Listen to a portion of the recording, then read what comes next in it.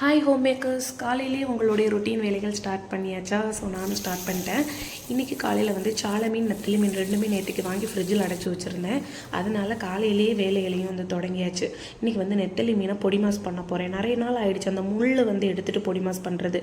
இந்த முள் எடுக்கிறதுக்கு கஷ்டப்பட்டுக்கிட்டே வந்து நெத்திலி மீனை ஃப்ரை பண்ணிடுறது, இல்லைனா குழம்பு வச்சுறது, இல்லைனா அவிச்சிறது. இந்த மாதிரி பொடி மாஸ் பண்ணணும்னா கண்டிப்பாக முள்ளெல்லாம் எடுக்கணும். ஸோ இன்றைக்கி நான் அதை தான் பண்ணியிருந்தேன். இந்த ரெசிபி நான் ஆல்ரெடி போட்டிருக்கேன். ஆனால் ரொம்ப சிம்பிள், ஈஸியாக பண்ணிடலாம்.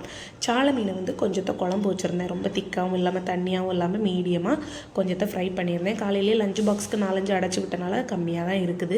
பாத்திரமும் கழுவி வச்சுருந்தேன். ஆனால் பாருங்கள், சிங்கு நிறைஞ்சிக்கிட்டே இருக்குது. இதுதான் ஒரு பெரிய தலைவலியான விஷயம். நெத்திலி மீன் பொடி மாஸ் ரெடி ஆகிடுச்சு. ஃபைனலாக கொஞ்சம் தேங்காவையும் கருவேப்பிலையும் தூவி இறக்குனீங்கன்னா அடிபொலியாக இருக்கும். பெப்பர் போட மறந்துடாதீங்க. பெப்பர் தான் செம்ம ஃப்ளேவர் கொடுக்கும். கொஞ்சம் சக்கப்பழம் இருந்துச்சு. இதை வந்து என்ன பண்ணலான்னு யோசிச்சுட்டு இருந்தேன். சாப்பிட்டு போக மீதி தான். இதை பாயாசம் பண்ண போகிறேன். நெக்ஸ்ட் ரெசிபியில் போடுறேன்.